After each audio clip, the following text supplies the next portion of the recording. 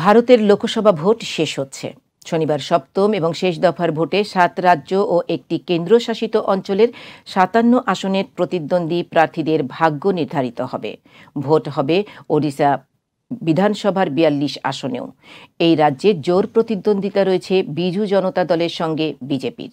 শেষ পর্বের ভোটের মূল আকর্ষণ হয়ে উঠেছেন প্রধানমন্ত্রী নরেন্দ্র মোদী নিজেই, দুটি কারণে। প্রথমত, উত্তরপ্রদেশের বানারসি আসনে বিজেপির প্রার্থী তিনি। 2014 সালের গুজরাটের বরোদা ছাড়াও তিনি দাঁড়িয়েছিলেন বানারসিতে। 2 আসনেই জেতার পর বরোদা ছেড়ে বানারসিকেই তিনি আঁকড়ে ধরেন। এবার জিতলে সেটা হবে তার জয়ের হ্যাট্রিক। প্রধানমন্ত্রী হিসেবেও তিনি ক্ষমতাসীন থাকার হ্যাট্রিক করতে চাইছেন।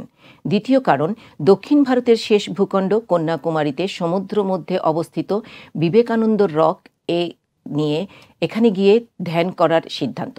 গত বৃহস্পতিবার রাত থেকে সেখানে শুরু হয়েছে তার ধ্যান পর্ব ও আরাধনা। শনিবার ভোট পর্ব সাঙ্গ হলে তিনি ধ্যান ভঙ্গ করবেন।